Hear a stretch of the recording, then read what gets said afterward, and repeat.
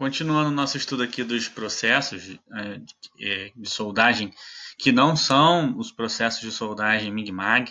A gente já falou de eletrodo revestido, a gente falou de TIG.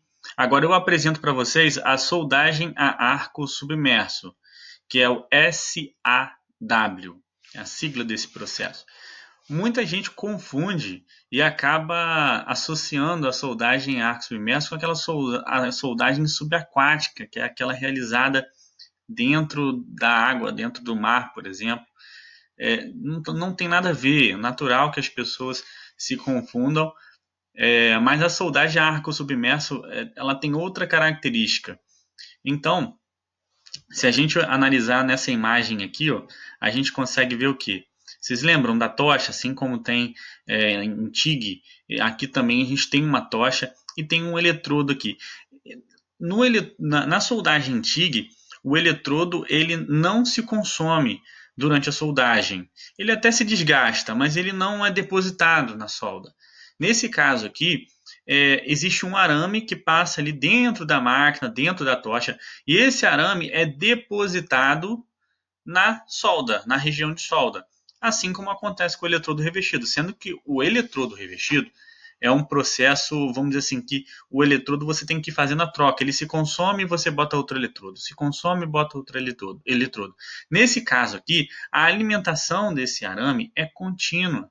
Então, esse processo ele tem uma característica extremamente relevante, que é soldar de forma contínua, aumentando a sua produtividade, que eu acho que é a característica mais importante desse processo.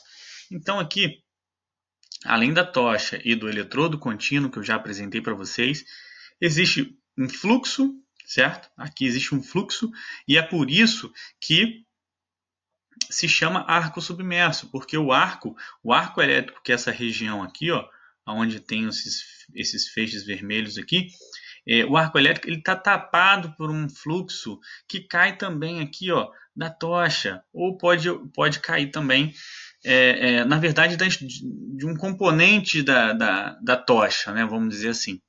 Então, ele não fica visível, tá?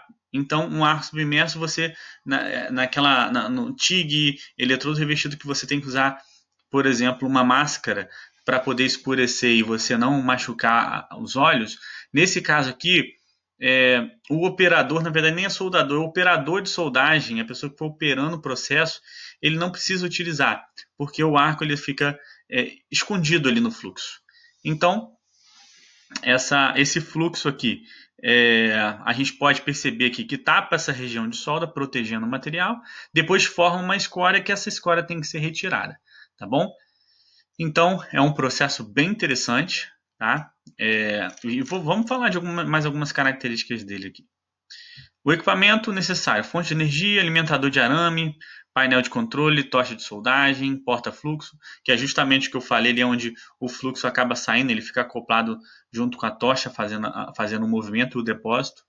E sistema de deslocamento da tocha, que normalmente é feito de forma mecanizada. Então, vantagens: alta velocidade de soldagem e elevada taxa de deposição. Então, você consegue depositar, na verdade, no processo, você consegue depositar muito material, uma velocidade muito boa. Então, essa característica é bem interessante. Produz soldas uniformes e de bom acabamento superficial. Então, a partir do momento que você aciona a máquina, o cordão de solda, se os parâmetros estiverem regulados corretamente, o cordão de solda ele fica muito uniforme. Isso é bem interessante. Ausência de respingos e fumos, como eu havia falado. Não é bem diferente dos outros processos nesse sentido. Dispensa proteção contra radiação, uma vez que o arco não é visível. Essa é uma característica muito, muito importante no processo. Facilmente mecanizado, ou seja, você consegue regular aquele carrinho para ele poder percorrer e ir depositando material. Elevada produtividade, soldagem limitada às posições plana e filete horizontal. Então não dá, por exemplo, para você soldar na posição sobre a cabeça, justamente porque a tocha ela fica nessa posição plana e filete horizontal são as únicas possíveis. Aporte térmico elevado pode prejudicar a propriedade da junta em alguns casos. Então, uma característica desse processo é que ele utiliza muita energia, tá? E isso pode prejudicar o material, então tem que estar atento a essa situação. Necessidade de retirada de escória entre passes. Lembra, eletrodo revestido precisa tirar a escória.